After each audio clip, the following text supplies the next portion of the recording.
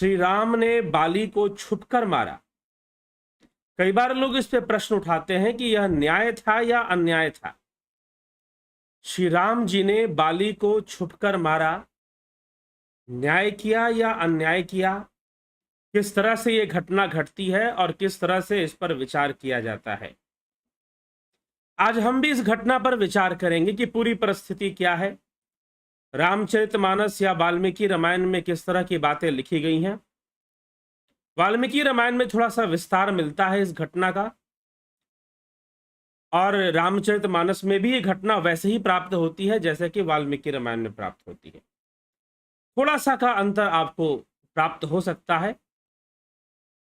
तो रामचरितमानस में हमने जो सुना कि हनुमान जी ब्राह्मण वेश धारण करके श्री रामचंद्र जी से मिले और उनसे प्रश्न किया, को तुम श्यामल गौर शरीरा, तुम श्यामल और गौर शरीर धारण करने वाले कौन हो? और रामचंद्र जी ने बताया कि हम कौशलेश राजा दशरथ के पुत्र हैं, युवराज हैं, वहां के राजकुमार हैं, और मेरी पत्नी जो कि सीता जी हैं वो उनका हरण किसी राक्षस ने कर लिया है और उनको ढूंढते हुए हम यहाँ आए हैं और सुग्रीव से मिलना चाहते हैं, वो हमारी सहायता कर पाएंगे। तो दोनों को एक दूसरे की सहायता की आवश्यकता थी। वैसे तो दोनों ही एक दूसरे से सहायता ढूंढ रहे थे, सुग्रीव को भी आवश्यकता थी और श्री रामचंद्र जी को भी। यही सोचकर कबंध ने भेजा था कि सुग्रीव ही सबसे ज्यादा सहायक हो सकता है, सुग्रीव ही सबसे ज्यादा मदद कर सकता है इस विषय में। और श्री रामचंद्र जी माता शबरी की कुटिया में आते हैं, इसी उद्देश्य से आते हैं कि सुग्रीव का पता लगे, और वहां से सुग्रीव का पता भी लगता है ऋष्यमुख पर्वत, जो कि मतंग वन के समीप था, मतंग वन के ही समीप था वो। तो मतंग वन के समीप ही ऋषिमुख पर्वत था, और वहां पर बाली को, वहां पर सुग्रीव और हनुमान जी वहां रहते थे। रहने के पीछे कारण था, गोस्वामी तुलसीदास जी वर्णन करते हैं कि क्या कारण था, इसलिए वहां पर रहते थे। ऋषिमुख पर्वत पर सुग्रीव अपने प्राणों की रक्षा करते हुए अपने भाई बाली से बचकर वहां पर रहता था। लेकिन क्यों उसे रहना पड़ा, ऐसी क्या घटना घटी? जब भगवान राम की पूरी कथा सुग्रीव और हनुमान जी ने सुनी कि ऐसे ऐसे सीता जी का हरण हो गया है, तो सीता जी के आभूषणों को दोनों ने दिखाया कि सीता जी ने यहां से जाते हुए उनके किसी स्त्री ने ऐसे पुष्पक विमान से आभूषण गिराए थे। तो आभूषणों को दिखाया तो भगवान राम पहचान गए कि यह तो सीता के ही आभूषण है, यह तो सीता के ही आभूषण है, और सुग्रीव से सहायता मांगी कि इस कार्य में वो उनकी सहायता करे।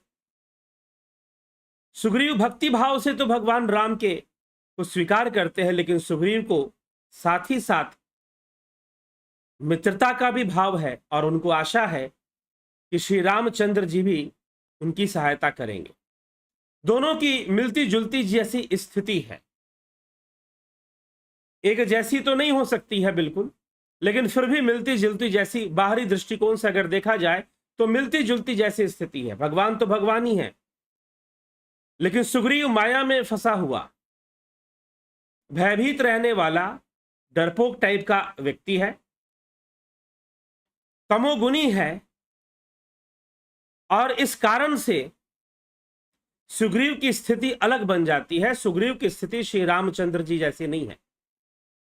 लेकिन सुग्रीव की भार्या का भी हरण हो गया है, सुग्रीव की भार्या का भी हरण हो गया है, श्री रामचंद्र जी की भार्या माता सीता जी का भी हरण हो गया है। यद्यपि रामचरितमानस की कथा के अनुसार या फिर वाल्मीकि रामायण के अनुसार भी भगवान तो लीला कर रहे हैं, लेकिन सुग्रीव के साथ कुछ और घटना है। सुग्रीव की पत्नी का हरण बाली के द्वारा, अपने ही बड़े भाई के द्वारा किया जा चुका है, अपने ही भाई जो कि उससे बलशाली है उसी के द्वारा किया जा चुका है, और उसे राज्य से निष्कासित किया जा चुका है। उसे मारने के लिए बाली ढूंढ रहा है कि मैं इसका वध कर दूंगा। लेकिन ऋष्यमुख पर्वत पर मतंग ऋषि का श्राप है बाली को, बाली ऋषिमुख पर्वत पे नहीं जा सकता, क्योंकि बाली ने कुछ ऐसा दुस्साहस किया था जिसके कारण से मतंग वन में थोड़ी दिक्कतें पहुंचाई थी बाली ने, जिससे कि मतंग ऋषि का श्राप भी उसे प्राप्त हुआ था। तो बाली का वध क्यों हुआ, कैसे हुआ, किन परिस्थितियों में हुआ, आइए हम चौपाइयों को भी देखते हैं और फिर उस पर विचार करते हैं। तो सुग्रीव अपनी कहानी सुनाता है। नाथ बाली अरु मैं दौ भाई, प्रीति रही कछु बरनी न जाई, मैं सुत मायावी तहि नाऊ, आवा सो प्रभु हमरे गाँव।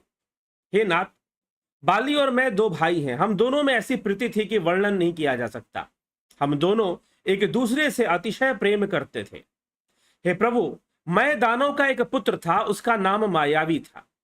मैं दानव के दो पुत्रों का नाम आता है, एक दुंदुभी और एक मायावी, दोनों का वध बाली ही करता है। तो एक बार वह हमारे गांव में आया था। अर्धरात्रि पुर द्वार पुकारा बाली रिपु, अर्धरात्रि पुर द्वार पुकारा बाली रिपु, बल सही न पारा, धावा बाली देखी सो भागा, मैं पुनि गयो बंधु संग लागा। उसने आधी रात को नगर के फाटक पर आकर ललकारना शुरू कर दिया। बाली शत्रु की ललकार को सह नहीं सका, वह दौड़ा, उसको देखकर मायावी भागा। मैं भी भाई के संग लग चला और हम दोनों भाइयों को देखकर मायावी राक्षस जो था वो भागने लगा। गिरबर गुहा पैठ सो जाई, तब बाली मोहि कहा बुझाई, परिखे सो मोहि एक पखवारा, नहीं आवऊं तब जान सुमारा। वह जो राक्षस था मायावी एक गुफा में जाकर घुस गया। तब बाली ने मुझे समझाकर कहा कि देखो भाई, एक पखवाड़े तक मतलब 15 दिन तक तुम मेरी यहां पर राह देखना, इस गुफा के द्वार पर मेरी राह देखो, तुम यहीं रहो, मैं जाता हूं उस मायावी राक्षस का वध करके आता हूं। लेकिन यदि मैं 15 दिन तक वापस ना आया तो समझ लेना कि मेरी मृत्यु हो चुकी है, मेरा वध हो चुका है, और तुम यहां से चले जाना। फिर इस प्रकार से बाली ने अपने भाई सुग्रीव से कहा। मास दिवस तह रहु खरारी, निशिचर रुधिर धार तह भारी, बाली हतेशी मोहि मारही आई, सिला दई तह चले ऊपर आई। हे खरारी, हे प्रभु, मैं वहां महीने भर तक रहा। बाली ने कहा 15 दिन तक रहना, लेकिन मैं महीने भर तक उस गुफा के द्वार पर रहा। मास दिवस तह रहु खरारी, उस गुफा के पास मैं 15 दिन नहीं महीने भर तक रहा, और महीने भर बाद 1 मास बाद मैंने गुफा से रक्त की धारा बहती हुई देखी, लेकिन मेरा भाई बाली आता हुआ नजर नहीं आया। तब मुझे लगा कि लगता है बाली नहीं आएगा और यह रक्त की धारा बाली की ही है, बाली का वध हो चुका है। तब मैंने सोचा कि यह मायावी राक्षस आकर बहुत परेशान करेगा, इसीलिए मैंने एक बहुत बड़ा पत्थर, एक शिला उस गुफा के द्वार पर रख दिया और वहां से मैं निकल गया, भाग गया। मंत्रिणपुर देखा बिनु साई, दिनहु मोहि राज बरियाई, बाली ताहि मारी गृह आवा, देखी मोहि जी भेद बढ़ावा। मंत्रियों ने नगर को बिना स्वामी का देखा, मुझको तब जबरदस्ती राज्य दे दिया, मुझे राजा बना दिया। बाली उसे मारकर घर आ गया, मुझे देखकर उसने जी में भेद बढ़ाया, उस राक्षस को मारकर, और मुझ पर बहुत ही संदेह किया। रिपुसम मोहि मारसी अति भारी, हरि लिन्हस्य सर्वसु अरुनारी, ताके भय रघुवीर कृपाला, सकल भुवन में फिरऊं बिहाला। उसने मुझे अपना शत्रु मान लिया और राज्य का लोभी मान लिया और बहुत अधिक मुझे मारा, मेरा सर्वस्व मुझसे छीन लिया, मेरा अधिकार, मेरी पत्नी, मेरी स्त्री का हरण कर लिया। हे कृपालु रघुवीर, मैं उसके भय से समस्त लोकों में बेहाल होकर फिरता रहता हूं। यहां सांप बस आवत नाही, तदपि सभित रहूं मन माही, सुन सेवक दुख दीन दयाला, फरकी उठे द्वय भुजा विशाला। वह शाप के कारण यहां नहीं आता तो भी मैं मन में भयभीत रहता हूं। सेवक का दुख सुनकर दीनों पर दया करने वाले श्री राम जी की दोनों विशाल भुजाएं फड़क उठी कि बाली ने बहुत ही अन्याय किया तुम्हारे साथ।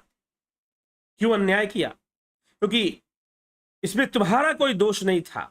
मंत्रियों ने सुग्रीव को राजा बना दिया, मंत्रियों ने सुग्रीव को राजा बना दिया, परंतु बाली को यह देखा नहीं गया और बाली ने सुग्रीव को वहां से मार के भगाया और साथ में उसकी पत्नी का भी हरण कर लिया। सुनि सुग्रीव मारियहु बाली, एक ही बाण ब्रह्म रुद्र शरणागत गए न उबरहि प्राण।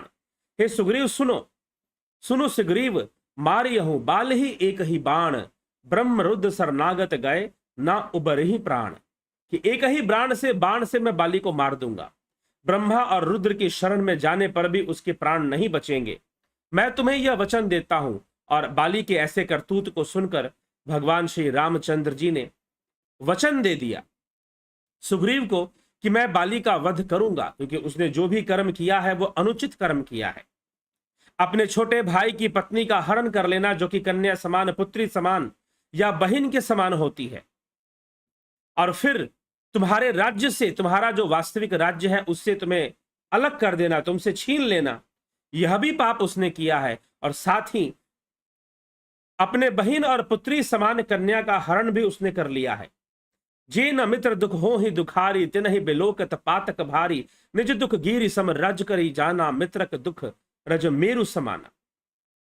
जे न मित्र दुख हो ही दुखारी, जो लोग मित्र के दुख में दुखी ना होते, तिन ही बिलोकत पातक भारी। गोस्वामी तुलसीदास जी मित्रता के बारे में समझा रहे हैं। उन्हें देखने से भी बड़ा पाप लगता है। अपने पर्वत के समान दुख को धूल के समान, और मित्र के धूल के समान दुख को सुमेरी पर्वत के समान जाने। अपने पर्वत के समान दुख को धूल के समान, लेकिन मित्र का दुख सुमेरु पर्वत के समान देखना चाहिए कि बहुत बड़ा दुख है, और उसकी सहायता करना चाहिए। और श्री रामचंद्र जी ने ऐसा ही किया, क्योंकि दोनों के बीच में मित्रता हुई है। सुग्रीव चाहता है कि प्रभु आप मेरा कार्य कर दे, मुझे राज्य और स्त्री फिर से दिलवा दे, कम से कम मेरा अधिकार मुझे प्राप्त हो जाए। और उधर सुग्रीव से श्री रामचंद्र जी चाहते हैं कि वो सीता माता की खोज में भगवान राम की सहायता करेगा। तो सुग्रीव और रामचंद्र के बीच में जो संबंध बनता है वह मित्रता का संबंध बनता है। सुग्रीव के मन में भी वही स्वार्थ है और वही भावना है, और मित्रता की ही भावना है, परंतु मित्रता के भाव से कभी ईश कृपा प्राप्त नहीं होती, समर्पण से होती है। और सुग्रीव के अंदर अभी थोड़ी समर्पण की कमी है। अब आगे की घटना बड़ी रहस्यमयी है कि किस प्रकार से बाली का वध होता है। देत लेत मन संक न धरई, बल अनुमान सदा हित करई, विपति काल कर सतगुण नेहा, श्रुति कह संत मित्र गुण एहा। देने लेने में जो शंका ना रखे, अपने बल के अनुसार सदा हित ही करता रहे, विपत्ति के समय तो सदा 100 गुना स्नेह करे। वेद कहते हैं कि संत मित्र के गुण ये हैं, जो मित्र संत के समान हो। लेकिन कुछ मित्र दूसरे टाइप के होते हैं। आगे कह मृदु बचन बनाई, पाछे अनहित मन कटुलाई, जाकर चित अहि गति समभाई, अस कुमित्र परिहरई भलाई। जो सामने तो बना बनाकर कोमल वचन कहता है और पीठ पीछे बुराई करता है, मन में कुटिलता रखता है, हे भाई जिसका मन सर्प के चाल के समान टेढ़ा है, ऐसे कुमित्र को तो त्याग देने में ही भलाई है। सेवक सठ नृप कृपन कुनारी, कपटे मित्र सूल समचारी, सखा सोच त्यागहु बल मोरे, सब विधि घटब काज मई तोरे। मूर्ख सेवक, कंजूस राजा, उल्टा स्त्री और कपटी मित्र, ये चारों शूल के समान पीड़ा देने वाले हैं। हे सखा, मेरे बल पर अब तुम चिंता छोड़ दो, मैं सब प्रकार से तुम्हारे काम आऊंगा। श्री रामचंद्र जी मित्रता का महत्व और मित्रता के गुण सुग्रीव को समझाते हैं। सुग्रीव को क्यों समझा रहे हैं कि सुग्रीव, मैं तुम्हारे साथ ऐसी ही मित्रता निभाने जा रहा हूं, लेकिन ध्यान रखना कि तुम भी मेरे साथ वैसे ही मित्रता ईमानदारी से निभाना। जैसी मित्रता मैं आज निभाने जा रहा हूं, तुम भी मेरे संग वैसे ही मित्रता का निर्वाह करना। इसीलिए मित्रता की विशेषता, मित्र कौन होता है, शत्रु कौन होता है, श्री रामचंद्र जी सुग्रीव को समझा रहे हैं। श्री रामचंद्र जी सुग्रीव को बता रहे हैं कि तुम भी ऐसे ही मित्र बन पाना। लेकिन फिर भी सुग्रीव माया के वशीभूत अपनी मित्रता को बाद में भूल जाता है। जब उसका काम हो जाता है तो भूल जाता है कि मुझे श्री रामचंद्र जी का कौन सा कार्य करना था। ऐसी कथा आती है, हम चर्चा करेंगे बढ़ते हुए क्रम में।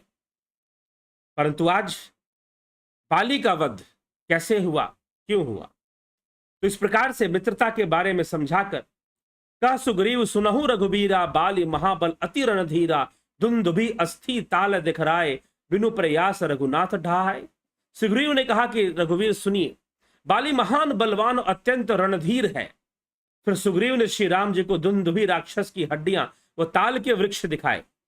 श्री रघुनाथ जी ने उन्हें बिना ही परिश्रम के आसानी से ढा दिया। एक बाण में ही 7 ताल के वृक्ष गिरा दिए और दुंदुभी राक्षस को अंगुष्ठ प्रहार मारकर 100 योजन दूर फेंक दिया। देखी अमित बल बढ़ी प्रीति, बाली बदब इन भय परतीति, बार बार नावई पद शीशा, प्रभु जानी मन हरस कपीशा। श्री राम जी का अपरिमित बल देखकर सुग्रीव की प्रीति बढ़ गई। उन्हें विश्वास हो गया कि बाली का वध ये अवश्य कर लेंगे। वे बार बार चरणों में सिर नवाने लगे। प्रभु को प्रणाम कर सुग्रीव मन में हर्षित हो रहे। उपजा ज्ञान बचन तब बोला, नाथ कृपा मन भयउ अलोला, सुख संपत्ति परिवार बढ़ाई, सब परिहरहि करहूं सेवकाई। जब ज्ञान उत्पन्न हुआ तो सुग्रीव ने बोला कि हे प्रभु, आपकी कृपा से मेरा मन स्थिर हो गया है। उसे संतोष मिल गया कि यह निश्चय ही बाली को मार देंगे। सुख संपत्ति परिवार और बड़ाई सबको त्याग कर मैं आपकी सेवा ही करूंगा, मुझ पर अपनी कृपा बनाए रखें। ऐ सब राम भक्ति के बाधक, कहि संत तव पद अवराधक, शत्रु मित्र सुख दुख जग माही, माया कृत परमानथ नाही। क्योंकि आपके चरणों की आराधना करने वाले संत कहते हैं ये सब भक्ति के में बाधक ही हैं। बाली परम हित जासु परसादा, मिलहु राम तुम समन विषादा, सपने जेहि सन होई लड़ाई, जागे समुझत मन सकुचाई। हे श्री राम जी, बाली तो मेरा परम हितकारी है, जिसकी कृपा से आप मुझे प्राप्त हो गए हैं। अब प्रभु कृपा करे यही भांति, सब तज भजन करऊं दिन राति। जो कुछ कहे सत्य सब सोई, सखा बचन मम मृषा न होई, नट मरकट इव सब ही नचावत, राम खगेश वेद सद अस गावत। तुमने जो कुछ कहा वह सभी सत्य है, परंतु हे सखा मेरा वचन मिथ्या ना होगा। हे पक्षियों के राजा गरुड़, नट के और बंदर की तरह श्री राम जी सबको नचाते हैं, वेद ऐसा ही कहते हैं। लय सुग्रीव संग रघुनाथा, चले चाप सायक गही हाथा, तब रघुपति सुग्रीव पठावा, गरज से जाए निकट बल पावा। तदंतर सुग्रीव को साथ लेकर हाथों में धनुष बाण लेकर श्री रामचंद्र जी चल पड़े। तब भगवान राम ने सुग्रीव को बाली के पास भेजा और कहा कि जाओ उसे युद्ध के लिए ललकारो। सुनत बाली क्रोधातुर धावा, गही कर चरण नारी समुझावा, सुनपति जिन्हि मिले सुग्रीवा, ते दो बंधु तेज बल सीवा। बाली सुनते ही क्रोध में भरकर वेग से दौड़ा। तब उसकी पत्नी तारा समुद्र मंथन से निकले रत्नों में से बताया जाता। रत्न कहने का मतलब स्त्री रत्न। तारा उसकी पत्नी थी। वानर राज बाली को मिल गई थी कि बाली बहुत बलशाली था। रावण को कई दिनों तक उसने अपने काख में दबा कर रखा था। स्त्री तारा ने चरण पकड़कर उसे समझाया कि हे नाथ सुनिए, सुग्रीव जिनसे मिले हैं वो दोनों भाई तेज और बल की सीमा है। वे कौशलाधीश दशरथ के पुत्र हैं। कौशलेश सुत लक्ष्मण रामा, कालहु जीति सकहि संग्रामा। पुत्र स्वयं दशरथ जी के पुत्र राम और लक्ष्मण संग्राम में काल को भी जीत सकते हैं। कह बाली सुन भीरु, प्रिया समदर्श रघुनाथ, जो कदाच मोहि मारही तो।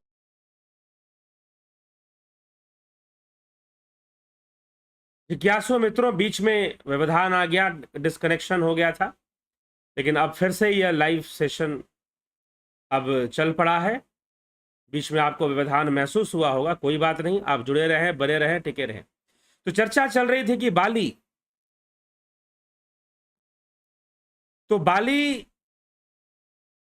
किस प्रकार से जब निकलता है तो तारा उसे टोकती है, उसे रोकती है और उससे पूछती है कि मत जाइए। मैंने सुना है कि स्वयं काल पर विजय प्राप्त करने वाले भगवान राजा दशरथ के 2 पुत्र श्री रामचंद्र जी और लक्ष्मण जी, मैंने उनकी महिमा बहुत सुनी है, वो सुग्रीव का साथ दे रहे हैं, इसलिए आप मत जाइए, आज युद्ध करने मत जाइए। बाली तब उस समय बड़ा सुंदर उत्तर देता है कि तारा क्या कहती हो, कैसी बात कहती हो, कि ऐसा क्यों कहती हो कि वो सुग्रीव का साथ देंगे और मेरा साथ नहीं देंगे। सुग्रीव का साथ देंगे, मेरा साथ नहीं देंगे। कह बाली सुनु भीरु, प्रिय समदर्शी रघुनाथ, जो कदाचि मोहि मारही तो पुनि होहु सनाथ। बाली ने कहा कि हे भीरु, हे मेरी पत्नी सुन, रघुनाथ जी समदर्शी हैं, श्री रामचंद्र जी समदर्शी हैं। जो कदाचित मुझे मारेंगे ही तो मैं सनात हो जाऊंगा। अगर वो मेरा वध भी करते हैं तो मैं सनात हो जाऊंगा। और रही बात जब वो समदर्शी हैं तो मुझे मारकर सुग्रीव का साथ क्यों देंगे? क्या सुग्रीव बहुत बड़ा धर्मात्मा है? बाली का उत्तर है कि यदि श्री रामचंद्र जी मेरा वध करते हैं तो वो समदर्शी हैं, मैं सनात हो जाऊंगा, मैं सनात हो जाऊंगा। मैं अनाथ था, सनात हो जाऊंगा, लेकिन मैं अनाथ था, सनात हो जाऊंगा, लेकिन एक और प्रश्न है कि वो सुग्रीव का साथ क्यों देंगे? सुग्रीव तो राज्य का लोभी है। बाली को ऐसा लगता है, क्योंकि बाली के नहीं रहने पर, बाली जब उस गुफा से बाहर नहीं निकला 1 महीने तक, तब सुग्रीव वहां से चला गया और मंत्रियों ने मिलकर उसे राजा बना दिया कि तुम ही राज अब संभालो। इसमें सुग्रीव का कोई दोष नहीं था, लेकिन बाली का मानना है कि सुग्रीव राज्य का लोभी है। तो बाली ये मानता है कि श्री रामचंद्र जी समदर्शी हैं और वो मेरा वध भी करेंगे तो मेरा कल्याण होगा, तो इसलिए मुझे इसकी चिंता नहीं करनी चाहिए। और ऐसा बोलकर वह अपनी पत्नी को कहकर चल पड़ता है। अस कही चला महाअभिमानी तृण समान सुग्रीव ही जानी, भिरे ओभु उभौ बाली अति तरजा, मुठिका मारी महाधुनि गर्जा। ऐसा कहकर वह महान अभिमानी बाली सुग्रीव को तिनके के समान जानकर चला। दोनों भिड़ गए। बाली ने सुग्रीव को बहुत धमकाया और घूसा मारकर बड़े जोर से गर्जा। तब सुग्रीव बिकल होई भागा। मुष्टि प्रहार वज्र सम लागा, मैं जो कहा रघुवीर कृपाला, बंधु न होई मोर यह काला। तब सुग्रीव व्याकुल होकर भाग पड़ा। घूसे की चोट उसे वज्र के समान लगी और हे कृपालु राम जी के चरणों में गिर गया। मैंने आपसे पहले ही कहा था कि बाली मेरा भाई नहीं, मेरा काल है। एक रूप तुम भ्राता दो, तेहि भ्रम ते नहु मारहु सोऊ, कर परसा सुग्रीव शरीरा, तनु भा कुलिस गई सब पीरा। तुम दोनों भाइयों का एक सा ही रूप है, इसी भ्रम मैंने उसको नहीं मारा। श्री रामचंद्र जी ने कहा कि तुम दोनों भाइयों का रूप तो एक जैसा है, लेकिन फिर भी यहां विचार करना चाहिए कि श्री रामचंद्र जी भी नहीं समझ पा रहे कि बाली कौन सुग्रीव कौन। वो तो अंतर्यामी प्रभु हैं, वो तो सब जानते हैं कि बाली कौन और सुग्रीव कौन। फिर भी वो ऐसा क्यों कहते हैं कि मैं दोनों भाइयों में भेद नहीं कर पाया कि सुग्रीव कौन और बाली कौन। लेकिन अब भेद हो जाएगा। अब बाली और सुग्रीव, अब सुग्रीव बदल गया है। कई बार ईश्वर हमें दुखमय जीवन देते हैं ताकि हमारे अंदर समर्पण भाव आ जाए, हम ईश्वर के प्रति निर्भर हो जाएं, निर्भरा प्रेम हमारे अंदर आए। निर्भर होना, अब तक जो सुग्रीव था उसके अंदर निर्भरा भाव नहीं था। एक भावना होती है, भक्ति में कई भाव होते हैं, मित्र भाव होता है, सखा भाव, पति भाव, पुत्र भाव, कई भाव होते हैं। सुदामा ने सखा भाव से कृष्ण को जाना, मीराबाई ने पति भाव से कृष्ण को जाना था, यशोदा जी ने पुत्र भाव से जाना था। कई भाव होते हैं। तो भाव इसी तरह से एक निर्भरा भाव है कि निर्भरता होनी चाहिए, लेकिन सुग्रीव के अंदर कोई निर्भरता नहीं है। सुग्रीव के अंदर एक सौदा है, एक व्यापार है कि ये मेरी सहायता करेंगे, मैं इनकी सहायता करूंगा। ऐसी सोच रखता है सुग्रीव। सुग्रीव के अंदर कोई प्रेम नहीं है, सुग्रीव के अंदर कोई समर्पण नहीं है। लेकिन जब बाली से युद्ध करते हुए जब बहुत मार खा गया, बहुत पिट गया और देखा कि रामचंद्र जी ने कुछ किया ही नहीं, कोई बाण चलाया ही नहीं, तो जाकर श्री राम जी के चरणों में गिर गया कि प्रभु आप ही तो एक सहारा है, दूसरा मेरा कोई सहारा भी नहीं है, आप ही एक सहारा है और मुझ पे कृपा कीजिए। अब सुग्रीव और बाली में फर्क आ गया है।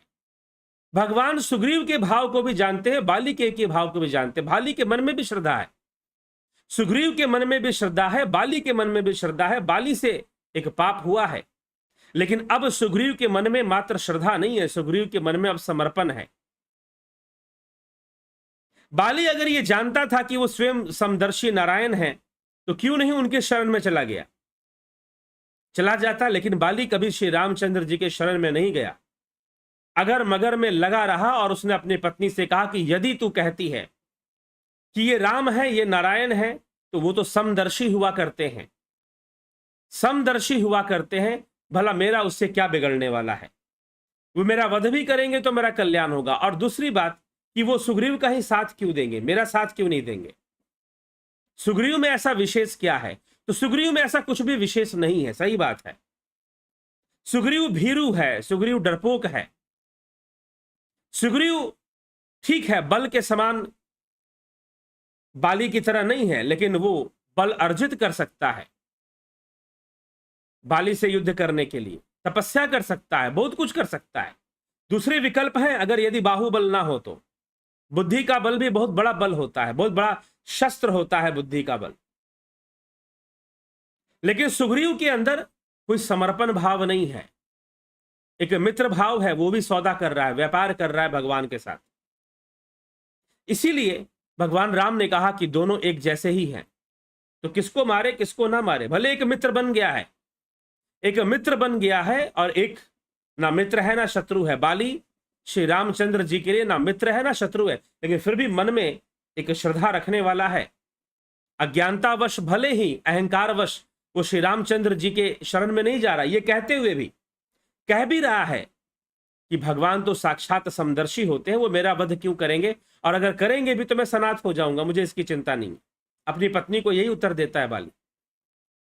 तो बाली जानते हुए भी अनजाना बन रहा है। उसे चाहिए था कि वो राम की शरण में चला जाए और राम की शरण में जाकर अपने किए हुए का पश्चाताप करे, तो हो सकता है प्रायश्चित करे, पश्चाताप करे, तो फिर उसे क्षमा भी मिल जाए। लेकिन बाली ऐसा कुछ भी नहीं करता। बाली ये जानते हुए भी कि रामचंद्र जी सहयोग कर रहे हैं सुग्रीव का, वो कुछ भी नहीं करता। उसे अहंकार है, उसको वरदान प्राप्त है कि जो भी उससे युद्ध करेगा उसका आधा बल उसमें आ जाएगा, उसका आधा बल उसमें आ जाएगा, और वो व्यक्ति, सामने वाला व्यक्ति बलहीन हो जाएगा और वो आसानी से पराजित कर देगा। और यही होता आया था। इसी प्रकार से रावण को उसने कई दिनों तक अपनी काख में दबा कर रखा, अपनी बाहों में दबा कर रखा उसे। रावण भी भयभीत रहता था बाली से। तो बाली प्रभु के शरण में नहीं गया, और फिर से भगवान राम ने देखा कि अब सुग्रीव मित्र नहीं रहा। सुग्रीव बाली से मार खाकर हताश हो गया, निराश हो गया। लगता है कि कुछ करेंगे नहीं, मुझे मरने के लिए भेज दिया। भगवान राम ने सुग्रीव से कहा कि जा बेटा ललकार। अब सुग्रीव गया ललकारने के लिए, बाली को ललकारा, और जब ललकारा तो बाली ललकारते हुए सुनकर दौड़ के निकला अपने घर से बाहर। घर से बाहर निकला और सुग्रीव पर धावा बोल दिया, आक्रमण कर दिया और सुग्रीव के छक्के छुड़ा दिए। सुग्रीव को लगा कि अब मैं नहीं बचूंगा, अब मेरी मृत्यु निश्चित है। जैसे तैसे जान बचाकर वहां से भागा और राम जी के चरणों में जाके गिर गया। अब सुग्रीव बदल गया। तो कई बार संकट हमारे जीवन में इस कारण से भी आता है कि हम धर्म को अपना जीवन समर्पित करें, धर्म के प्रति हम समर्पित हो जाएं। और उस समय सुग्रीव चला गया श्री रामचंद्र जी के शरणों में और शिकायत कर दिया कि आपने तो कुछ किया ही नहीं। राम जी ने उत्तर दे दिया कि तुम दोनों भाई मुझे एक जैसे दिखाई देते हो, तुम दोनों भाई मुझे एक रूप, तुम भ्राता दो, तेहि भ्रम ते नहीं मारहु सो, कर परसा सुग्रीव शरीरा, तनु भा कुलिश गई सब पीरा। फिर श्री राम जी ने कहा कि तुम दोनों भाई एक सा ही रूप है, इसी भ्रम में मैंने उसको नहीं मारा। फिर श्री राम जी ने सुग्रीव के शरीर पर हाथ से स्पर्श किया, जिससे कि उसका शरीर वज्र के समान हो गया और सारी पीड़ा शरीर की नष्ट हो गई, क्योंकि वो अब समर्पित हो गया। मेली कंठ सुमन कई माला और पुष्प माला गले में डाल दी। पठवा पूनी बल देई विशाला, पुनि नाना विधि भई लड़ाई, बिटप ओट दे कहीं रघुराई। तब श्री राम जी ने सुग्रीव के गले में फूलों की माला डाल दी और फिर उसे बड़ी भारी बल देकर दोनों में पुनः अनेक प्रकार से युद्ध हुआ और कहा कि जाओ ललकारो। ललकारा और दोनों में युद्ध शुरू हो गया। लेकिन अब सुग्रीव ज्यादा बलशाली हो गया, वज्र जैसा उसका शरीर हो गया है। बहुछल बल सुग्रीव कर, हिया हारा भय मानी, मारा बाली राम तब, हृदय माज सरतानी। सुग्रीव ने बहुत से छल बल किए, किंतु भय मारकर हृदय से हार गया था, लग नहीं रहा था कि जीत पाएगा। तब श्री राम जी ने तान कर बाली के हृदय में बाण मारा। वृक्ष की ओट लेकर कहते कि भगवान ने बाण मारा। बड़ा बिकल मही सर के लागे, पुनि उठी बैठी, देखी प्रभु आगे, श्याम गात सिर जटा बनाए, अरुण नयन सर चाप चढ़ाए। बाण के लगते ही बाली व्याकुल होकर पृथ्वी पर गिर पड़ा, किंतु प्रभु श्री रामचंद्र जी को आगे देखकर वो फिर उठकर बैठ गया। भगवान का श्याम शरीर, सिर पर जटा बनाए, लाल नेत्र और बाण लिए हैं, धनुष चढ़ाए हैं। पुनि पुनि चितई चरण चित जिन्हा, सुफल जन्म माना प्रभु चिन्ना, हृदय प्रीति मुख बचन कठोरा, बोला चितई राम की ओरा। बाली ने बार बार श्री रामचंद्र जी की ओर देखा, चित्त को उनके चरणों में लगा दिया और प्रभु को पहचान कर उसने अपना जन्म सफल माना। उसके हृदय में प्रीति थी पर मुख में कठोर वचन थे। वह श्री राम जी की ओर मन में तो प्रेम, लेकिन मुखों से कठोर वचन बोलता है। धर्म हेतु अवतरहु गोसाई, मारहु मोहि व्याध की नाई। मैं बैरी सुग्रीव प्यारा, अवगुण कवन नाथ मोहि मारा। कि हे नाथ, कौन सा अवगुण आपने मेरे अंदर देखा कि मुझे मार दिया और सुग्रीव आपका प्यारा हो गया। धर्म हेतु अवतरहु गोसाई, कि आपका जन्म तो धर्म की रक्षा के लिए है, आपका जन्म तो धर्म के उत्थान के लिए है। मारे हूं मोहि व्याध की नाई, मुझे व्याध की तरह आपने मारा है, छुप के मारा है। जैसे एक शिकारी शिकार करता है जंगल में, वैसे आपने मेरा वध किया है। मैं बैरी सुग्रीव प्यारा, और मैं बैरी हो गया और सुग्रीव आपका प्यारा क्यों हो गया प्रभु। अवगुण कौन नाथ मोहे मारा। हे नाथ, मेरे अंदर कौन से अवगुण हैं जिससे कि आपने मुझे मारा है, मुझे बताइए। अब बाली जवाब मांगता है भगवान श्री रामचंद्र जी से। उसके मन में प्रश्न है कि मुझे क्यों मारा गया, क्योंकि वो चाहता था कि राम उसके पक्ष में हो, क्योंकि राम के शत्रु और बाली के शत्रु एक ही हैं। बाली भी रावण के लिए शत्रु थे और राम जी तो शत्रु बन गए हैं, अब बन गए हैं। जब से सीता जी का हरण रावण ने किया है, तब से भगवान श्री राम भी रावण के शत्रु बन गए हैं, परंतु बाली तो पहले से ही शत्रु था। बाली ने, अब यहां पर बहुत कुछ वर्णन आता है, अगर वाल्मीकि रामायण पढ़ेंगे तो बाली कहता है कि अगर आप एक बार मुझे कह देते, मैं गधे की तरह उसे पकड़ के ले आता, रावण को घसीटते हुए ले आता, आपके चरणों में डाल देता, कुछ ही देर में सारा काम हो जाता। और बाली इतनी सामर्थ्य रखता था कि रावण को कान पकड़ के ले आए और श्री राम जी के चरणों में बिठा दे। इतना दमखम वो रखता था बाली। लेकिन फिर भी यहां बाली ने कहा कि मुझे जानते हुए भी आपने मेरा वध किया। आप जानते थे कि मैं आपकी सहायता कर सकता हूं, सुग्रीव से ज्यादा बेहतर सहायता मैं आपकी कर सकता हूं, लेकिन फिर भी प्रभु आपने मुझे मेरा वध किया क्यों। बाली के मन में प्रश्न है। अगर आप यहां पर राजनीति के दृष्टिकोण से देखोगे, अगर आप पॉलिटिकली देखोगे, राजनीति के दृष्टिकोण से अगर आप देखोगे, तो निश्चय ही बाली एक श्रेष्ठ मित्र हो सकता है। अगर यहां पर राजनीति निभाई जाए तो निश्चय ही भगवान राम को बाली से ही मित्रता करनी चाहिए थी, सुग्रीव से नहीं करनी चाहिए थी, क्योंकि बाली ही सामर्थ्यवान था और राजनीति में सामर्थ्यवान को ही मित्र बनाया जाता है।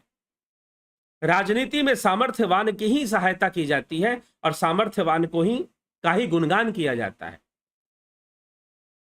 यही होता आया है, यही चलता आया है। लेकिन भगवान श्री राम कोई राजनीति करने नहीं निकले, भगवान श्री राम न्याय करने निकले हैं, राजनीति नहीं, न्याय करने। और यहां पर जो न्याय था वो न्याय ये नहीं कहता, क्योंकि न्याय कर्म देखता है, राजनीति कर्म ना देखती। इसलिए कई बार राजनीतिक महत्वाकांक्षा वाले लोग बहुत गलत निर्णय लेते हैं। आपने सुना होगा कि कई बार दो विरोधी पार्टियां सरकार बनाने के लिए, सरकारी सुविधाओं का लाभ उठाने के लिए एक साथ होकर सरकार बना देती है, जबकि वो विरोधी होती हैं, अलग अलग विचारधारा की होती हैं, फिर भी वो एक साथ मिलकर सरकार बनाती हैं। तो ऐसा छद्म वेश, छद्म व्यवहार दिखाई देता है। लेकिन यहां श्री रामचंद्र जी, वाल्मीकि रामायण पढ़ेंगे तो उसमें ऐसा वर्णन मिलता है कि बाली दावा करता है कि मैं, अगर मुझे आप बताते तो मैं बहुत कुछ कर देता, बहुत कुछ करके दिखा देता, लेकिन आपने मुझे व्याध की तरह मारना ही उचित समझा, व्याध की तरह मारना ही आपने मुझे उचित समझा, ऐसा क्यों। यह प्रश्न बार बार करता है। तो इस प्रकार से बाली का जो प्रश्न है कि अवगुण कौन नाथ मोहि मारा, तो भगवान वाल्मीकि रामायण पढ़ेंगे तो उसमें भी यह प्रश्न है। बाली वहां भी प्रश्न करता है, आपने क्यों मुझे मारा था। तस्मीन नृपति शार्दुले भरते धर्म वत्सल, राजाओं में श्रेष्ठ आप भरत धर्म पर अनुराग कर रखने वाले हैं। तो इस प्रकार से किस कारण से भगवान ने बाली का वध किया, रामचरितमानस में, वाल्मीकि रामायण में बहुत लंबी व्याख्या है तो हम उसको नहीं देख पाएंगे। लेकिन रामचरितमानस में एक चौपाई के अंदर भगवान राम कहते हैं, अनुज बधु भगनी सुत नारी, क्यों मारा तुझे? अनुज बधु भगनी सुत नारी, सुन सठ कन्या सम चारी, इन्हीं कुदृष्टि बिलोकई जोई, ताही बधे कछु पाप न हुई। हे मूर्ख सुन, छोटे भाई की स्त्री, बहन, पुत्र की स्त्री और कन्या, ये चारों एक समान समझना चाहिए। छोटे भाई की स्त्री, बहन और पुत्र की स्त्री मतलब पुत्र वधु। जैसे रावण के लिए रंभा जो थी वो पुत्र वधु के समान थी, फिर भी रावण ने बलात् रंभा का शीलहरण किया। हे मूर्ख सुन, अनुज बधु भगनी सुत नारी, सुन सठ कन्या सम चारी, इन्हीं कुदृष्टि बिलोकई जोई, ताही बधे कछु पाप ना हुई। छोटे भाई की स्त्री, बहन, पुत्री की स्त्री और कन्या चारों एक समान है। इनको जो कोई बुरी दृष्टि से देखता है उसे मारने में कुछ भी पाप नहीं होता। मूढ़ अतिशय अभिमाना, नारी सिखावन करसी नकाना, मम भुज बल आश्रित ही जानी, मारा चहसी अधम अभिमानी। हे मूढ़ बाली, तुझे अत्यंत अभिमान हो गया, तूने अपनी पत्नी के सिखाने पर भी ध्यान नहीं दिया। अगर तू चाहता तो मुझसे मित्रता करने आ सकता था। बाली को मौका मिला था, उसकी पत्नी ने उसे समझाया था कि राम कौन है, लेकिन वो स्वयं ना जाकर चाहता था कि राम उसके पास आए मित्रता करने। बाली अगर चाहता तो मित्रता करने चला जाता, लेकिन वो गया नहीं। उसको एक चांस मिला था, क्यों नहीं गया? उसके मन में आया ही नहीं। क्यों नहीं आया? अभिमान के कारण। हे मूढ़, तू अत्यंत अभिमानी है, तू अपने स्त्री को सीख, अपने पत्नी की बातों को तूने नहीं माना। सुग्रीव को मेरी भुजाओं के बल का आश्रित जानकर भी, अरे अधम अभिमानी, तूने उसको मारना चाहा। फिर तू ये भी जान गया, सब जान गया बाली की स्थिति कैसे है। देखिए, जो सब कुछ जानकर भी अनजाना बन रहा है। एक तरफ कह रहा है कि भगवान तो समदर्शी हैं, मुझे ही क्यों मारेंगे। दूसरा, वो यह भी जानता है कि सुग्रीव राम की शरण में जा चुका है। तीसरा, वो यह भी जानता है कि राम जी स्वयं नारायण हैं, तो खुद क्यों नहीं शरण में जाता। जब उसे पता चल गया कि राम आए हुए हैं उसकी किष्किंधा में, तो उसे राजा के भांति उसे स्वयं जाना चाहिए था, अलग से जाना चाहिए था, अलग से मिलना चाहिए था। हो सकता है राम बाली के पक्ष में हो जाते, लेकिन यहां पर न्याय महत्वपूर्ण है, राजनीति महत्वपूर्ण नहीं है। तो कई बार न्याय और राजनीति में टकराव हो जाता है, और अक्सर होता है। कई बार राजनीति में न्याय नहीं हो पाता है, तो इसलिए हमें विचार करना है। और भगवान राम ने न्याय का साथ दिया और बाली को समझा दिया। क्या समझा दिया? अनुज बधु भगनी सुत नारी, सुन सठ कन्या सम चारी, इन्हीं को दृष्टि बिलोकई जोई, ताही बधे कछु पाप ना होई। सुनहु राम स्वामीन सन, चल न चातुरी मोरी, प्रभु अजहू मैं पापी, अंतकाल गति तोरी। हे श्री राम जी सुनिए, स्वामी से मेरी चतुराई नहीं चल सकती है, मैं कितना भी चतुर बनूं। सत्य कह रहे हैं आप, जानने के बाद भी मैं आपकी शरण में नहीं आ पाया। मैंने चतुराई की, मैंने ये सोच लिया कि राम खुद मेरे पास आएंगे। बाली को लगने लगा कि राम खुद मेरे पास आएंगे।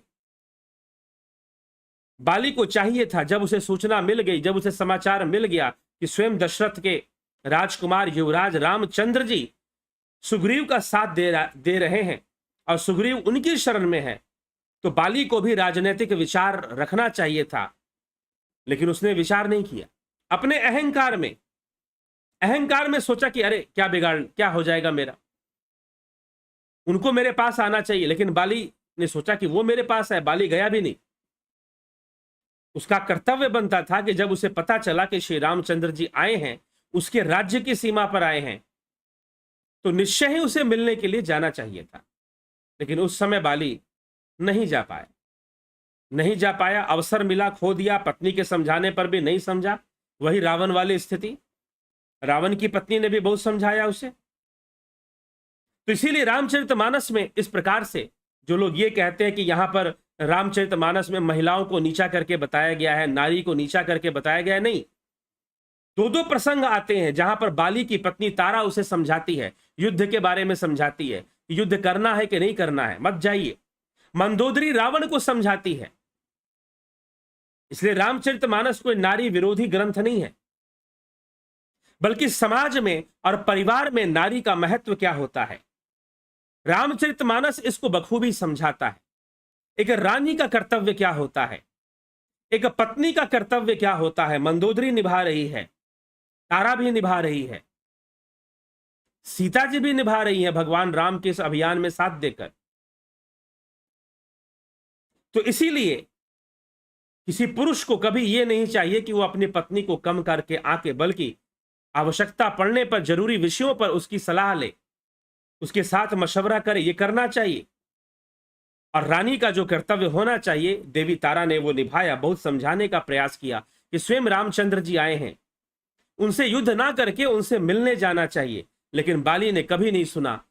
मिलने तो कभी गया ही नहीं। सोचा कि जैसे आए हैं सुग्रीव के पास, मेरे पास भी आएंगे, मैं सुग्रीव को मार दूंगा तो फिर उनसे मित्रता हो जाएगी और तब वो मेरे सामने झुकेंगे।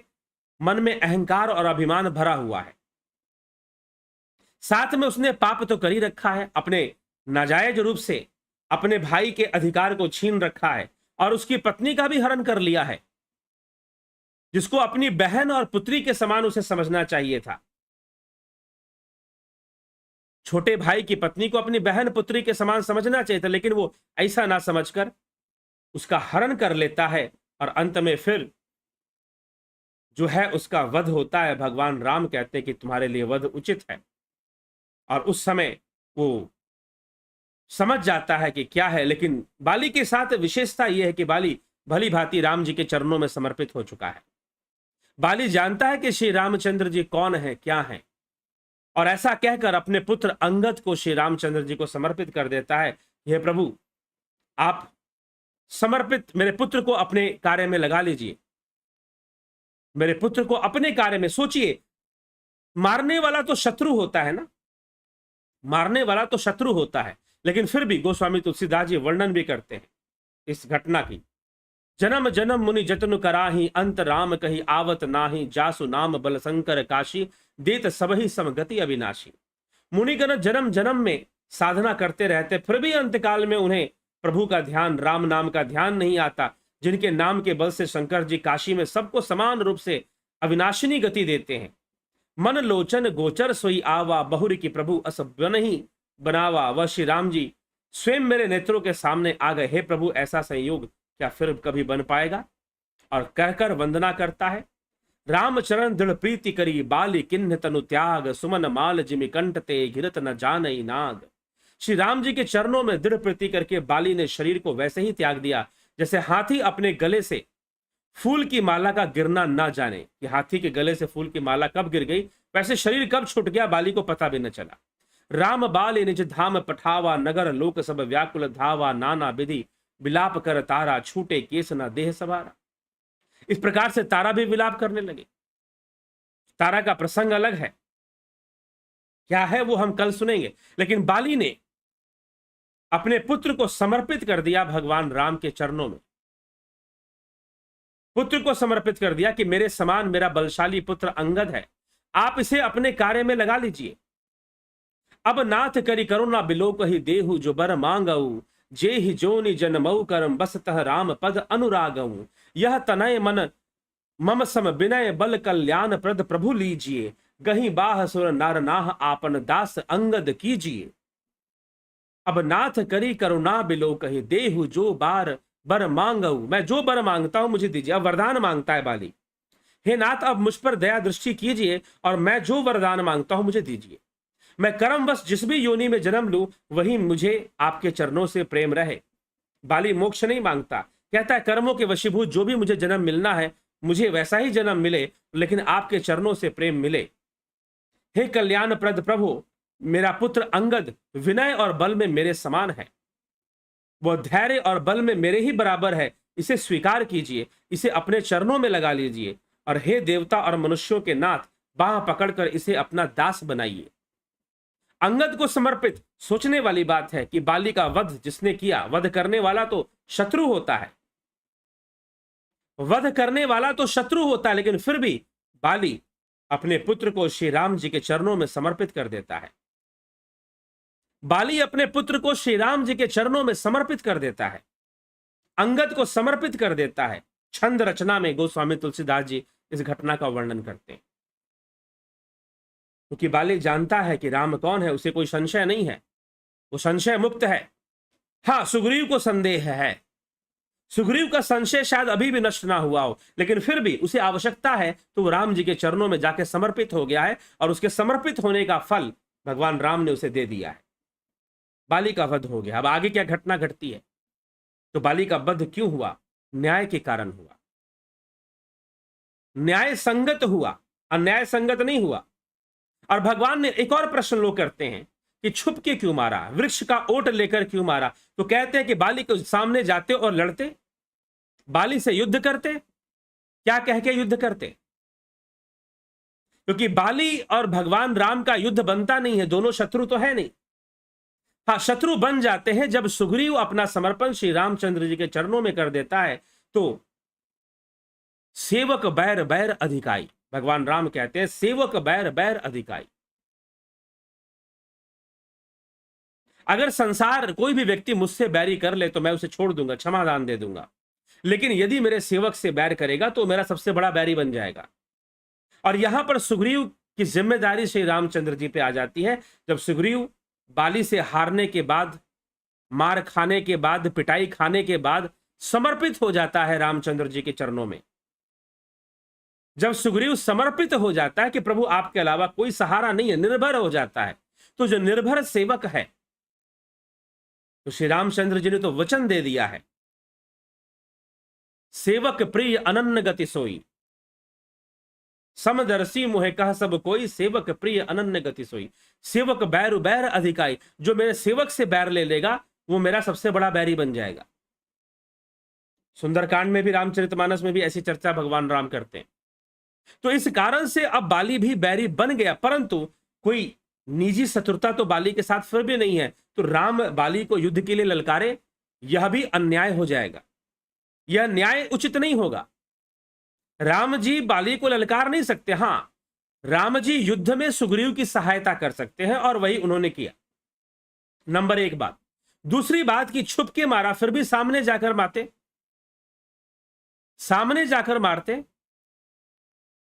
ये भी प्रश्न करते हैं लोग। क्योंकि बाली को वरदान था कि जिससे भी वो युद्ध करेगा, कहते कि ब्रह्मा जी का वरदान था, जिससे भी वो युद्ध करेगा उसकी आधी शक्ति उसमें चली जाएगी। तो क्या भगवान राम की भी आधी शक्ति चली जाएगी? अरे भाई, वो तो पूर्ण काम है, वो तो स्वयं राम है, तो उनका क्या बिगड़ जाएगा? अगर वो बाली के सामने चले भी गए तो क्या बिगड़ जाएगा? कुछ बिगड़ने वाला नहीं है उनका।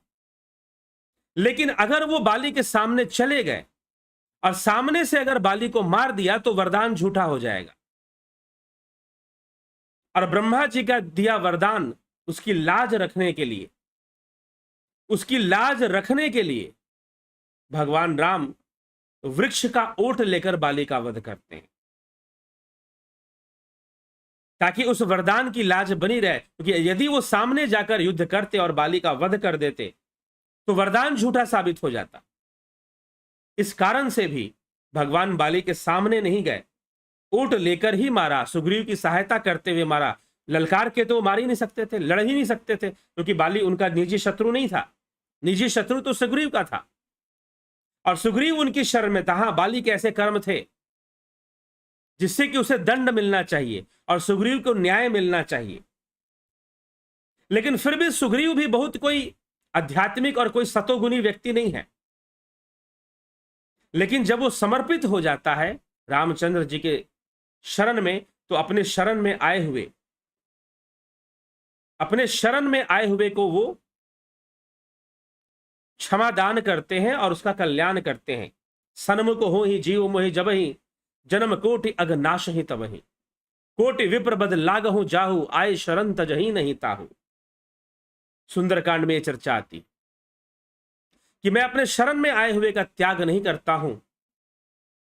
जिसने सब कुछ छोड़कर समर्पण कर दिया, मेरे भरोसे रह गया, मैं उसका त्याग नहीं करता। और इसीलिए भगवान ने सुग्रीव का त्याग नहीं किया और सुग्रीव के पक्ष में ही निर्णय लिया, और उसके साथ जो न्याय होना चाहिए था वो न्याय करते हुए बाली का वध किया।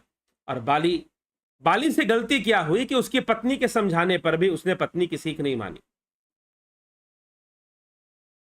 तो जो लोग पत्नी की सीख नहीं मानते, कई बार उनकी दुर्दशा बाली और रावण की तरह भी हो सकता है। एक लख पूत सवा लख नाती, ता रावण घर दिया ना बाती। इकलख पूत सवा लख नाती, ता रावण घर दिया ना बाती। तो जो अपनी पत्नियों की शिक्षा नहीं मानते। हाँ, लेकिन अब भूल मत जानना कि एक पत्नी कैकेयी भी थी। पत्नियों की शिक्षा लेनी चाहिए, लेकिन विवेक से ग्रहण करना चाहिए। एक पत्नी तो कैकेयी भी थी, जो अपने पति को विवश कर रही है, दो वरदान के लिए गलत मांग रख रही है। तो कोई भी बात जब कही जाती है तो उसको रट्टू तोता की तरह रटना नहीं चाहिए, विवेक से समझना चाहिए। तो जो पत्नियां थीं, बाली की पत्नी तारा, रावण की पत्नी मंदोदरी, ये महान स्त्रियां थीं, और इन्होंने सलाह दी अपने पतियों को, सही सलाह दी, लेकिन उन्होंने माना नहीं। भगवान राम ने तारा के माध्यम से सलाह दिलवाया कि भाई तुम, प्रेरणा दी तारा को, और तारा ने सलाह दिया, परामर्श दिया कि सही नहीं है युद्ध करना। स्वयं राम जी हैं, आप एक बार राम जी से जाकर मिलिए। आपके राज्य में आए हैं तो आप राजा हैं, आपको मिलना चाहिए। लेकिन बाली को बात समझ में नहीं आई। बाली ने कहा मुझे क्या आवश्यकता मिलने की, मुझे कोई जरूरत है क्या? उनको आवश्यकता होगी, मिलेंगे आकर। मौका बाली को मिला था एक बार अपनी रक्षा करने के, लेकिन नहीं कर पाया। अभिमान बस वो सुग्रीव को पीछे दौड़ पड़ा, ये जानते हुए कि राम जी उसका साथ दे रहे हैं। इसीलिए भगवान ने पहली बार नहीं बोला कि हो सकता है कि बाली को एक और मौका देते हैं। पहली बार में वध नहीं किया, बाली को मौका मिलेगा चिंतन करने का, विचार करने का कि राम आए हैं किष्किंधा में, दशरथ के युवराज है राम। बाली सब जानता है, तारा भी सब जानती है, और बाली को समझा भी दिया। जो भी सूचना देवी तारा के पास था बाली को दे दिया। लेकिन इतना सब जानने के बाद भी बाली भगवान राम से मिलने नहीं जाता। अभिमान के वश कहता है मैं तो सुग्रीव को मारूंगा।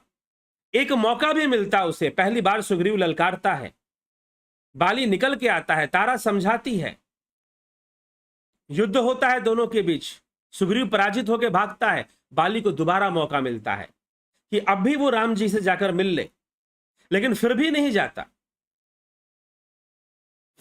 जाता।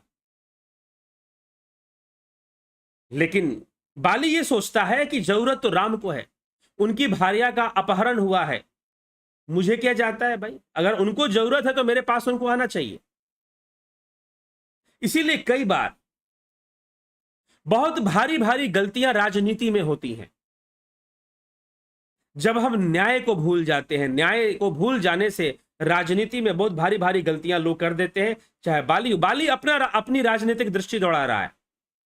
भगवान राम ने राजनीति और न्याय में से न्याय को चुना है। राजनीति कहती है, पॉलिटिक्स कहती है कि राम को सुग्रीव से नहीं बाली से ही मित्रता करनी चाहिए, क्योंकि बाली सामर्थ्यवान है।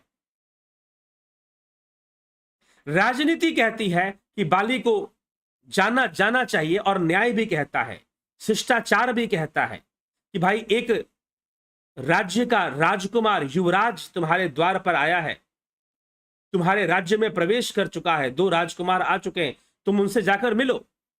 वो ना तुम्हारे लिए शत्रु है ना तुम्हारे लिए मित्र है, तो उसमें मिलने में बुराई क्या है? और जब पत्नी ने समझा दिया तो भी बाली को समझ में नहीं आया, राजनीतिक चूक भी कर दी बाली ने यहां पर।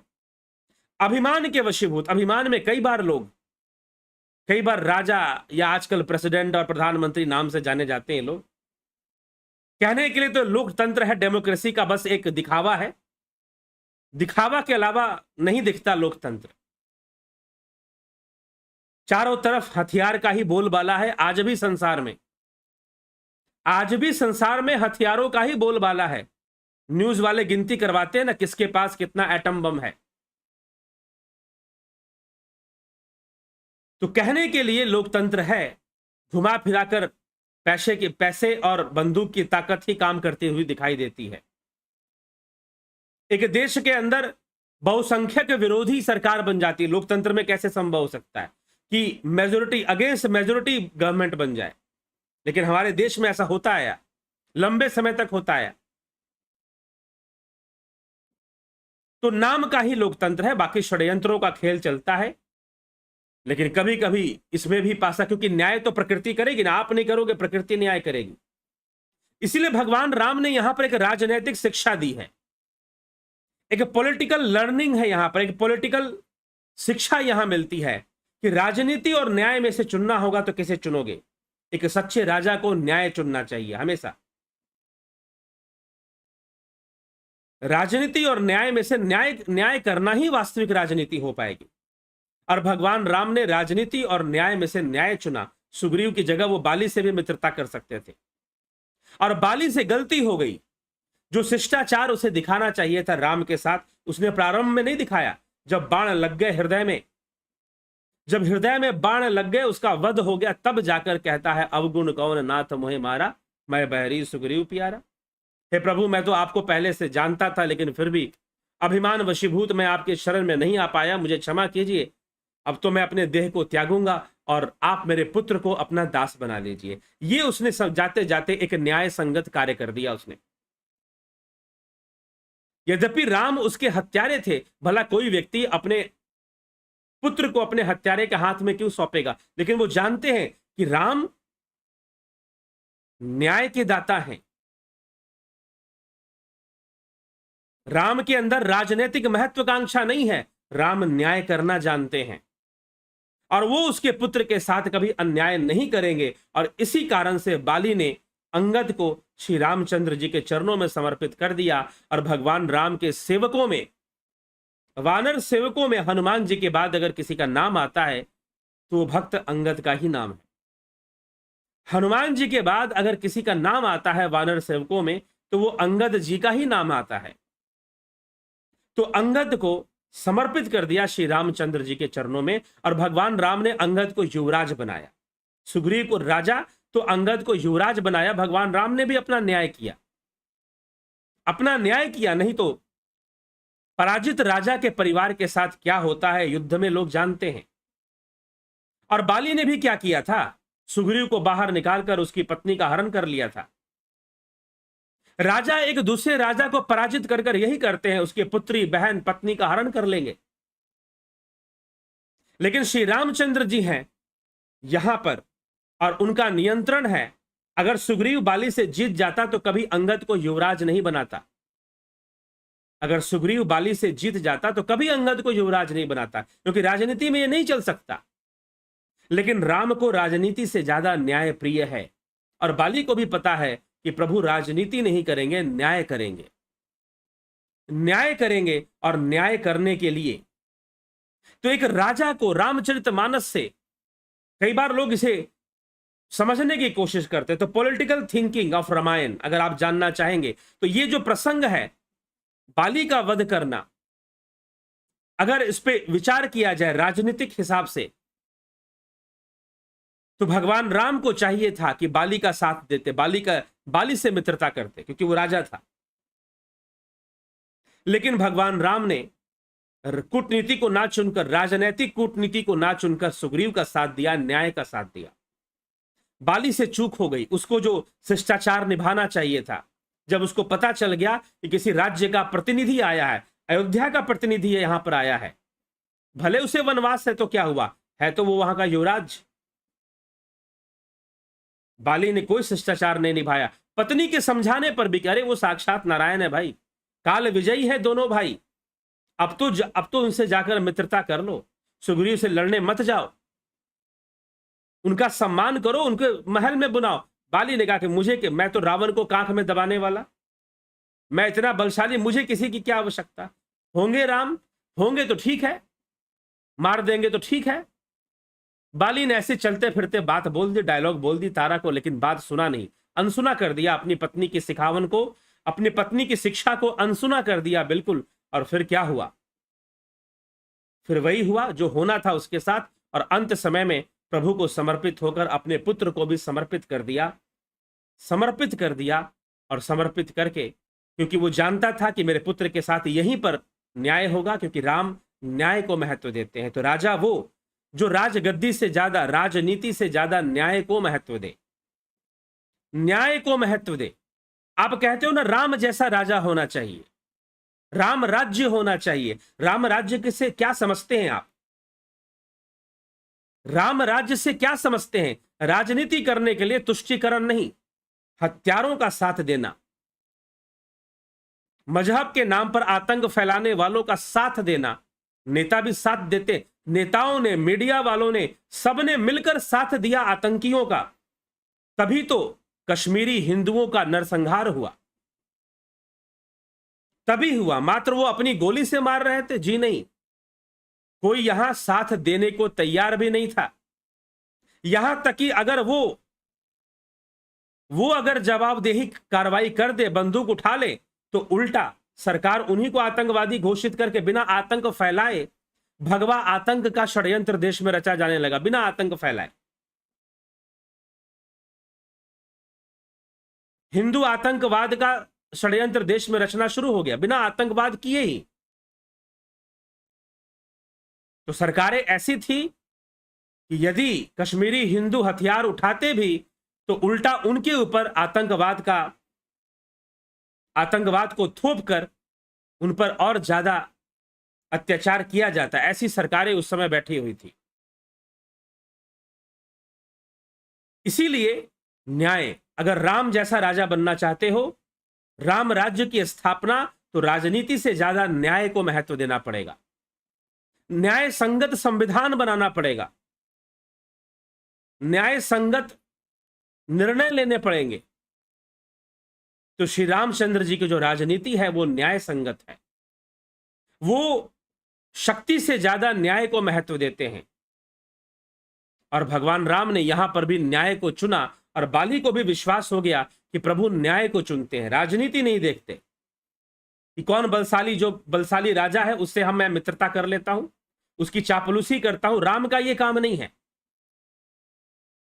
न्याय संगत। और श्री रामचंद्र जी ने न्याय करके दिखाया और बाली को विश्वास हो गया। इसीलिए अपने जिसने वध किया उसी के चरणों में अपने पुत्र को समर्पित कर दिया, जिसने बाली को मारा उसी के चरणों में समर्पित कर दिया, क्योंकि बाली जान गया कि राम कभी अन्याय होने नहीं देंगे। वो छोड़ सकते थे, वो सुग्रीव को बुलाकर कह सकते थे कि मेरे पुत्र का ध्यान रखना, लेकिन बाली ने सुग्रीव से कुछ भी नहीं कहा, क्योंकि वो जानता था सुग्रीव क्या करेगा, असली विजेता तो राम जी हैं।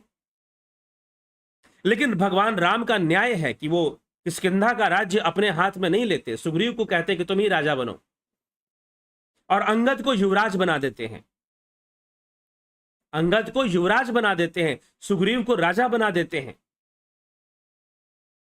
इस प्रकार से कथा आती है। तो इस प्रकार से हमें यह विचार करना चाहिए, और क्यों बाली वध न्याय उचित था, न्याय संगत था, और बाली ने जो किया वो भी अंत में न्याय संगत किया। तो वास्तव में राम राज्य तभी स्थापित हो सकता है जब कोई ऐसी सरकार आए जो न्याय संगत कर्म करे, न्याय संगत कर्म करे और करने का सामर्थ्य रखे, उसके अंदर इतना बल भी हो। ये नहीं कि विदेशों से प्रभावित हो जाए, फंडिंग से प्रभावित हो जाए, बटोरने में लग जाए और सोचे कि मैं सिक्योर कर लूंगा अपने बच्चों का फ्यूचर, इतना धन कमा लूंगा। इतना धन क्या कर लोगे भाई? कोरोना जैसा फिर कोई वायरस आएगा, इससे भी ताकतवर वायरस आएगा, अच्छे से अच्छे लोग निकल जाएंगे, क्या कर लोगे? लेकिन नेता निमग्न धन चिंतन में, कामनी चिंतन में, नेताओं की स्थिति ऐसी, वो भला न्याय करके क्या दिखाएंगे? कभी न्याय नहीं कर पाएंगे, तुष्टीकरण करते रहेंगे अपनी राजसत्ता को बनाए रखने के लिए, तुष्टीकरण करते रहेंगे और कभी न्याय नहीं दिला पाएंगे जनता को। तो राम राज्य कभी आ नहीं पाएगा। तो राम राज्य कह देने से मात्र से नहीं हो जाता। हम कई सारी बातें लोग करते हैं आजकल, मैं सुनता हूं सनातन धर्म को लेकर, हिंदू राष्ट्र को लेकर, लेकिन वास्तव में किसे कहा गया है यह स्पष्ट नहीं हो पाता। तो जब जब तुष्टीकरण होगा तब तब अन्याय होगा, जनता के साथ अन्याय होगा, और यह अन्याय वर्षों से, आजादी 1947 के बाद वर्षों से इस देश की जनता के साथ होता आया है, किसी ना किसी रूप में, कभी जात पात के रूप में, कभी दंगों के रूप में, मजहबी दंगों के रूप में, तो अनेकों रूप में अन्याय होता आया है, अन्याय होता आया है। तो यह सब हमें विचार करना चाहिए, यह सब हमें समझना चाहिए, और न्याय युक्त सरकार ही न्याय, उसी को हम राम राज्य कह सकते हैं।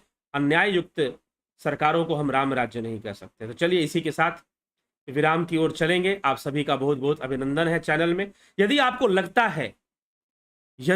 लगता है कि इस चैनल पर दी जाने वाली जानकारियां, इस चैनल पर दिए जाने वाले व्याख्यान श्रेष्ठ हैं, तो जरूर लाइक कीजिए और कमेंट कीजिए। कुछ भी कमेंट में जय श्री राम ही लिख दीजिए, ओम तत्सत ही लिख दीजिए, लेकिन करिए जरूर, क्योंकि आपके कमेंट और लाइक से रिकमेंडेशन बढ़ता है और लोग सुनने के लिए प्रेरित होते हैं कि हाँ भाई मुझे इसमें सुनना चाहिए, और यूट्यूब इसका रिकमेंडेशन बढ़ा देता है। यही एक तरीका होता है, दूसरा कोई तरीका नहीं होता।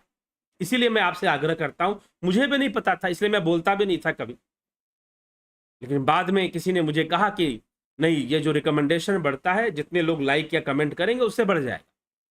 इसलिए मैं आपसे रिक्वेस्ट कर रहा हूं, यदि आपको लगता है कि हाँ यहां पर जो व्याख्यान दिया जा रहा है वो सही है और ऐसे व्याख्यान दिए जाने चाहिए, लोगों को समझना चाहिए, तो आप भी जरूर इतना सा कार्य अवश्य करें और लाइक कमेंट और शेयर जरूर कर दें। बहुत बहुत आभार आप सभी का।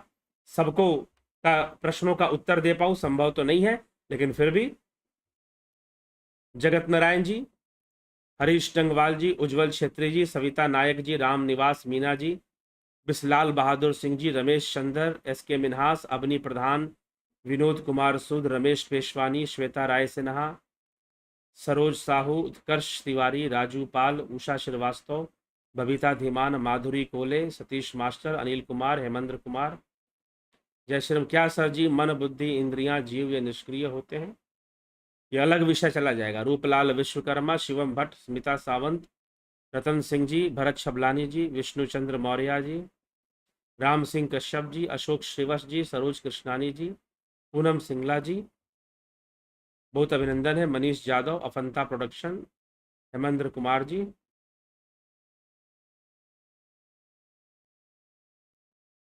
सर जी राजा बाली ने सुग्रीव की पत्नी को क्यों छीन लिया? क्योंकि सुग्रीव राजा बन गया था और वो छीन के नहीं बना था। बाली को लगा कि ये दुष्ट मेरा राज्य हड़पना चाहता है।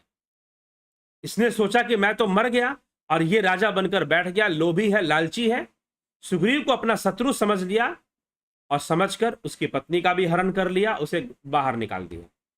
विंदेश्वरी मिश्रा जी, बीकू कुचाड़िया जी, मोहन रावत, जयंती दत्ता, कुंभाराम, बेस्ट फ्रेंड्स, गोविंद प्रसाद नीमा, श्वेता कुमारी जी, विनोद कुमार शर्मा, गणेश पवार, वाशु राजपूत जी, बहुत बहुत अभिनंदन है आप सभी का। आप सभी इसी प्रकार से लाभ उठाते रहें, जुड़े रहें, बने रहें।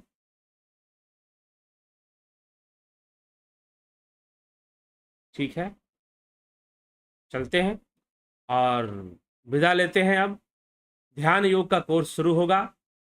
अभी कई पर्व त्योहार भी शुरू होने वाले हैं। चैत्र शुक्ल प्रतिपदा, नव वर्ष, नव संवत्सर प्रारंभ होगा और फिर आपके नवरात्रे, चैत्र नवरात्रि भी शुरू हो जाएगा।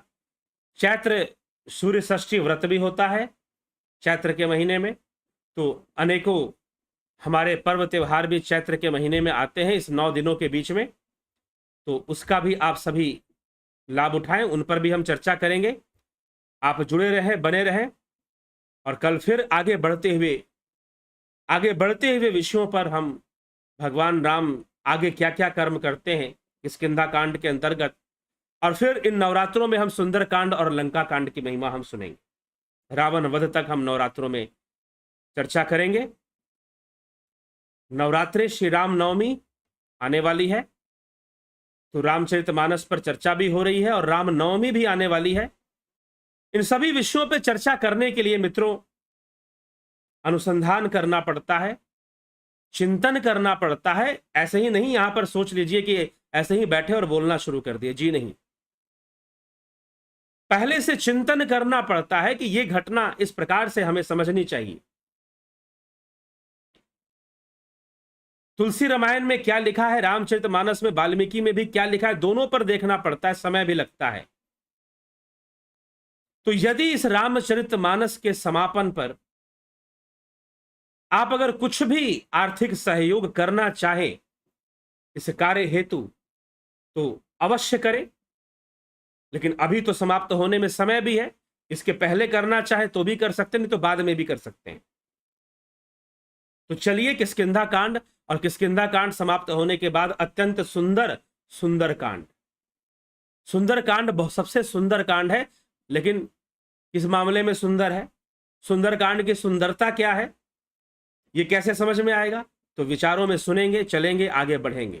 तो जरूर वीडियो को लाइक शेयर कमेंट जरूर कर दें और आगे बढ़ें, साथ में चलें। निश्चय ही हम विचारों से बहुत कुछ समझेंगे, अपने सनातन धर्म को, राम राज्य को समझ आएगा हमें कि क्या है राम राज्य की आधारशिला क्या है। तो ये सारी बातें हम समझ पाएंगे। तो चलिए इसी के साथ मैं विराम देता हूं, कल फिर मिलते हैं लाइव चर्चा में। बहुत बहुत आभार आप सभी का।